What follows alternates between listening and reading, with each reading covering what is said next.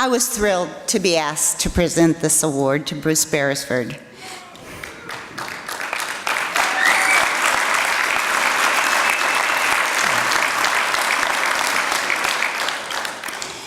"29 years ago this month, I was asked to read for a movie that this Australian director was shooting in Texas with Robert Duvall.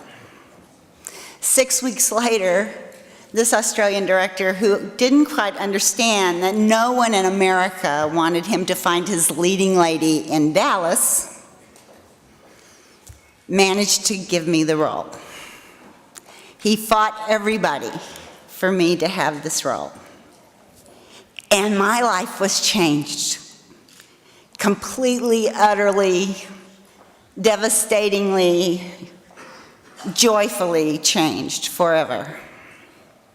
When I was allowed to walk on that set with a script by the wonderful Horton Foote.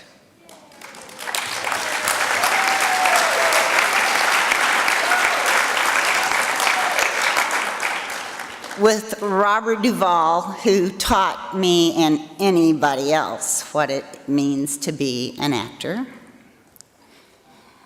and the amazing cinematographer who my postmenopausal brains just lost. Russell Boyd, a great, wonderful, great cinematographer.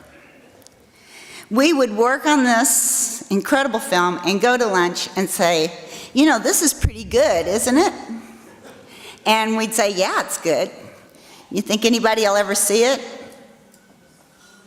No, nobody will ever see this. I got paid scale, which isn't what scale is today. It's probably about what a day players work, about $800 a week, I think. I would have paid them if they'd let me. Robert Duvall's salary was like half of the budget. He deserved it. Damn it. And halfway through the shoot, Bruce comes to me and he says, here, take this. And I said, what is it? He said, just take it. He had badgered the producers into giving me a bonus. That does not happen.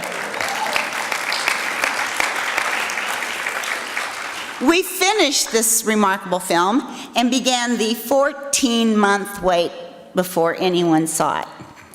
I made scale. I left Texas, went to LA. I did get an agent, but the only way I had footage was because Bruce snuck it out of the editing room and gave it to me.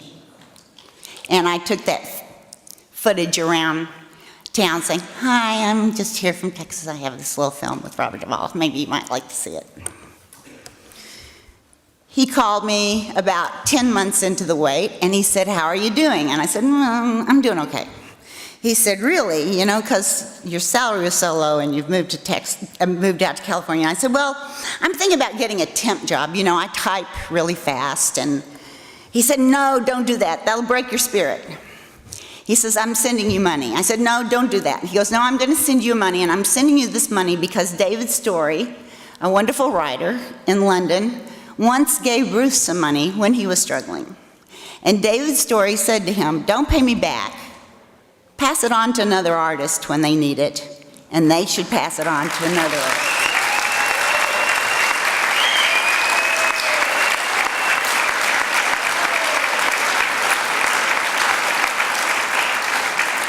A little check that keeps you from going back and being a cocktail waitress or being a typist while you're waiting for quite possibly the best work you will ever do in your life to see the light of day.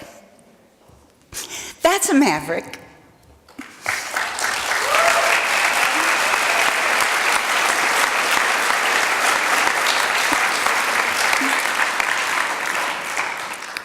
He is one of the major idols of my life. Don't tell him that. He's got such a big head already, but I'm not the only person that feels that way about him. people who were assistant editors who became head editors, people who were struggling writers whose works became known to the world. This man is a collaborator. This man is a person who builds on talent. This man is a person who encourages talent and never ever tears it down. Though he may gossip about you later, but he will never ever tear you down. He is a very important man in my life, just because he is. And I'm so thrilled to present this award, the Maverick Award, to the great Aussie himself, Bruce Beresford.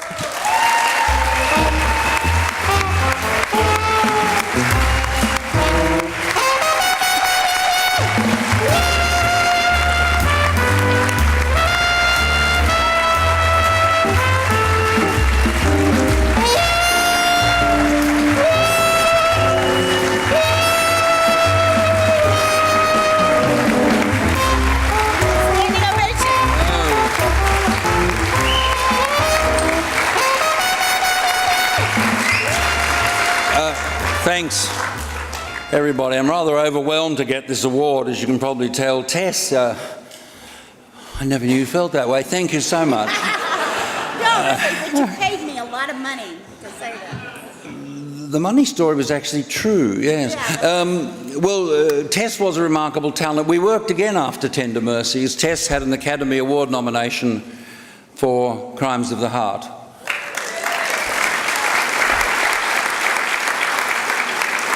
And we also, she was in another film I directed, which no one is to mention, don't let this get around, Her Alibi. We're not talking about that one. I didn't mention King David. No, you weren't in that. Thank God. Well, there is a rumour going around that I'm getting this award because Laurent and Mera are both in the film I shot here in Woodstock, Peace, Love and Misunderstanding. And that may be the reason I'm getting it, but I heard Mera say to someone she thought she was not in the film anymore, but if you're here, Mera, you are in the film. We were editing it the other day and there is definitely a close-up of you. It's fleeting, and you are in the background, in the distance, with your back to the camera, but it's you. When Mera first approached me about this award, I was terribly flattered, but I said it's not really something that I really feel I want, because I said a Lifetime Achievement Award is really like a sort of Goodbye Bruce Award. It's like a sort of, we know that if you get them, I know a director, a friend of mine in Australia got one, and he never got another job, because people assumed because of the Lifetime Achievement Award he was probably either alcoholic or dying, or he'd really blown it as far as the talent went, and he never worked again. And he is now dead, but she said it's not a Lifetime Achievement Award, it's a Maverick Award, and that's different. And I said, oh, well, never really saw myself as a maverick either, but it is a great honour. I'm very thrilled. It's been wonderful working here in Woodstock in the Hudson Valley. Claude Dalfaro, who's sitting over there, it is a wonderful...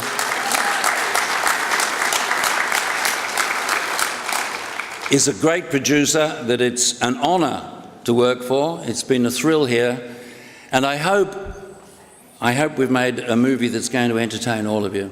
And thanks very much, everybody.